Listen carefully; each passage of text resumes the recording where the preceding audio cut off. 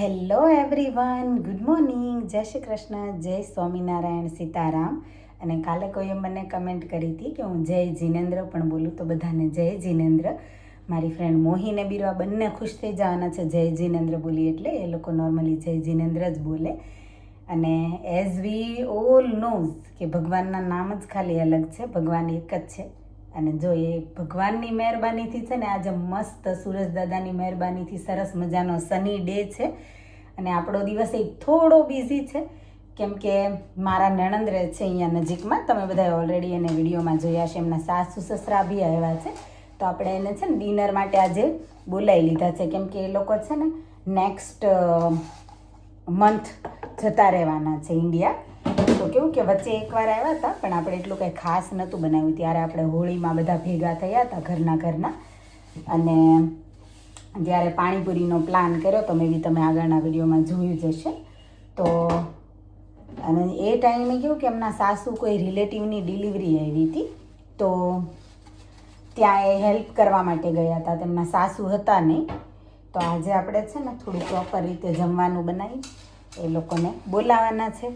અને જો આપણે હજી થોડું નક્કી કરી રાખ્યું છે કે આપણે જમવામાં શું બનાવશું, અને થોડું બાકી છે. અને એ બધી જ વસ્તુ લેવા માટે છે ને અહીંયા ઘરની નજીક લીડલ અને ટેસ્કો છે, તો આપણે ત્યાં જઈને સૌથી પહેલાં તો શોપિંગ કરવાની છે. અને પછી આપણે થોડું ઘરનું બેઝિક ક્લિનિંગ કરી આપણે રસોઈ સ્ટાર્ટ કરવાની છે. તો આપણે ફરીથી મળશું પાછા રસોઈ કરતાં.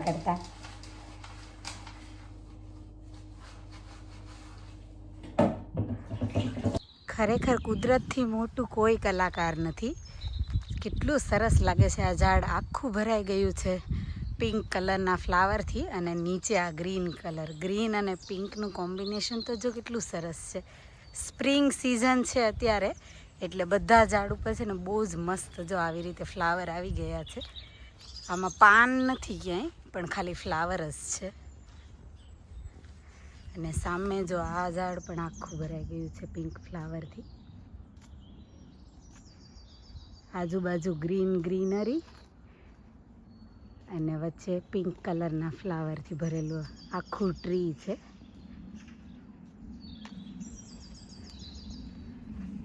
જો લીડલની આપણી જે જરૂરની વસ્તુ હતી ને એ લઈ આવીને આપણે અહીંયા છે ને શાક બનાવવાની તૈયારી કરી દીધી છે. અને શાક માટેની જે ગ્રેવી છે ને એના માટે મેં આ જો બધું ઓનિયન, ગાર્લિક, ટમેટા અને ચીલી પેસ્ટ અને જિંજર એ બધું નાખીને બેઝિક મસાલા અને થોડા કાજુ પણ આમાં એડ કર્યા છે. અને તમાલપત્ર, એલચી એ બધું જ નાખીને થોડી વાર હું સાતળવા દઈશ, પછી હું આ ઠંડુ થાય ને એટલે એની પેસ્ટ બનાવી લઈશ. તો જો સાતળવા મૂકેલી બધી વસ્તુમાં છે ને થોડું મેં ગરમ પાણી એડ કરી દીધું. અને હવે હું આને થોડી વાર ચડવા દઈશ. ચડી જાય ને એટલે આની ગ્રેવી બનાવી દઈશ.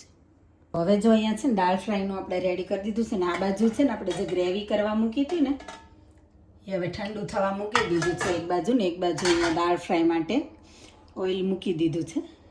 અહીંયા જો દાળ ફ્રાય માટે છે ને આપણે ઓનિયન, ગાર્લિક, જિંજર બધાની પેસ્ટ છે ને અંદર એડ કરી દીધી છે. અને એ છે ને ગોલ્ડન બ્રાઉન થઈ જાય ને ત્યાં સુધી રહેવા દે ને પછી એમાં આપણે ટોમેટો એડ કરી દઈશું.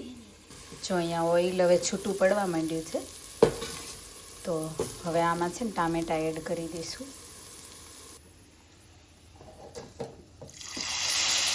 મેથીકરના શાક માટે છે ને એકદમ આ બારીક કટિંગ મને હરુએ કરી દીધું છે. અરલીન મારી હેલ્પ કરે છે. થેન્ક યુ હરુ. અને જો હવે છે ને આપણે જે ગ્રેવી બનાવી હતી ને એ ગ્રેવી એડ કરતાં પહેલાં આપણે આને છે ને ઓઇલમાં થોડું સોલ્ટ નાખીને થોડી વાર સાતળવા દઈશું અને પછી એ ગ્રેવી એમાં મિક્સ કરી દઈશું. મેં મારું શાક બનાવવાનું મિશન અહીંયા ચાલુ કરી દીધું છે. અને હરુ અહીંયા જો હેલ્પ કરે છે મને છાશ બનાવી દેવામાં. એનાથી જેટલી થાય ને એટલી એ હેલ્પ કરે છે મારી. અહીંયા જો આપણું મેથી કોર્નનું શાક ઓલમોસ્ટ રેડી થઈ ગયું છે. ઉપરથી હવે છે ને ડબલ ક્રીમ ખાલી એડ કરવાનું છે. જીરા રાઈસ માટે છે ને ઘીમાં અર્લીન જીરાનો વઘાર કરે છે. ઘી આવવા દે બેટા, હજી થોડી વાર છે, વેઇટ કર. તમે ઇવનિંગના 7:15 થઈ ગયા છે અને આપણી રસોઈ થઈ ગઈ છે બધી. અને અહીંયા જો બધી રસોઈ થઈ ગઈ છે. હમણાં લીડ ઓપન કરીને તમને બતાવું, પણ એના પહેલાં છે ને આપણે પરાઠા એક ખાલી બાકી છે તો એ પહેલાં ફિનિશ કરી દઈએ.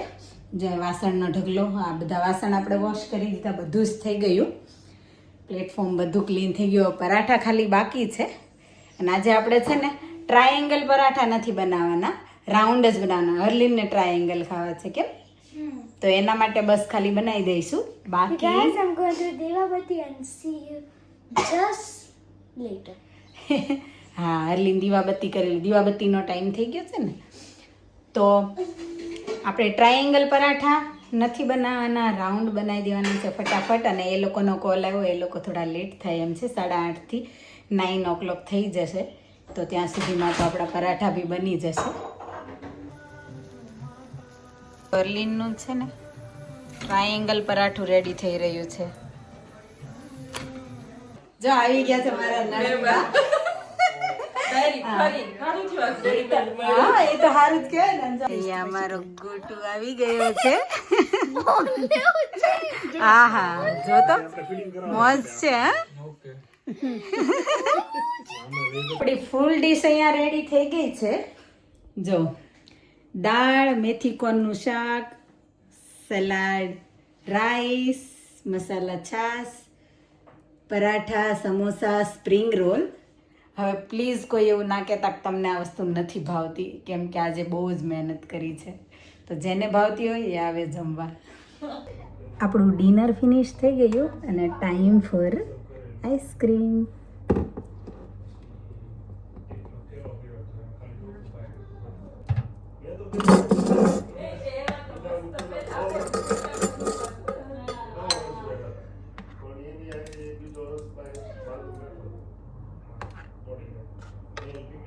ચાલો બધા આઈસ્ક્રીમ ખાવા. જો હવે ઊંઘ ચડી છે ને, અમારે તસ્મે ઘોરી બની છે નહીં. બસ ને ખબર પડી ગઈ ને કોણ છે એમને. એ ગોટિયા જો બહુ સરસ લાગે છે હેર સ્ટાઈલ. બહુ સરસ લાગે છે. લાઈક કરો કે બહુ નાઈસ. 11 વાગી ગયા છે અને ફાઇનલી જો આપણું કિચન, આપણે બધું કામ કરીને ફ્રી પડી ગયા હવે. અને અહીંયા જો ચાલો બતાવું કંઈક.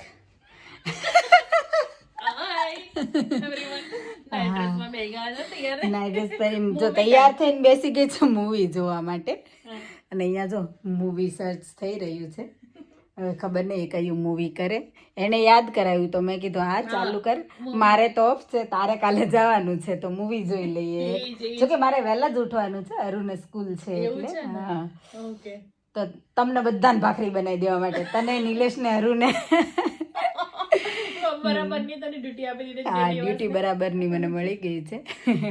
તો જેને જેને મૂવી જોવું ગમતું હોય ને એ બધા આવો મૂવી જોવા. અને મૂવી પછી પોપકોર્ન કેમ. હા, જો અમારી પ્રિન્શુ છે ને ડિનર એન્જોય કરવા માંડી છે. પ્રિન્શુ બધું બરાબર છે ભાઈ? શાક ને મસ્ત બનાવ્યું. તમે તો છો જ અમારા ગૃહિણી, બધું મસ્ત બનાવ્યું છે, પરફેક્ટ. આમાં દીદી બધી રસોઈ પરફેક્ટ બનાવી. બસ આ તો બહુ બધું વધારે પડતું કહી દીધું પ્રિન્શુ મને. તો જો અહીંયા પ્રિન્શુ ડિનર એન્જોય કરે છે અને અહીંયા જો બીરવા મૂવી એન્જોય કરે છે. તો એની જોડે છે ને આપણે પણ કરી લઈએ મૂવી એન્જોય. અને તમને આજનો વિડીયો ગમ્યો હોય તો લાઈક, શેર, કમેન્ટ કરજો. વધારે વિડીયો જોવા માટે ચેનલને કરી દેજો subscribe. Thank you for watching. Thank you for your time. Stay safe, look after your self. મળ્યા આપણે નવા વિડીયોમાં. બાય.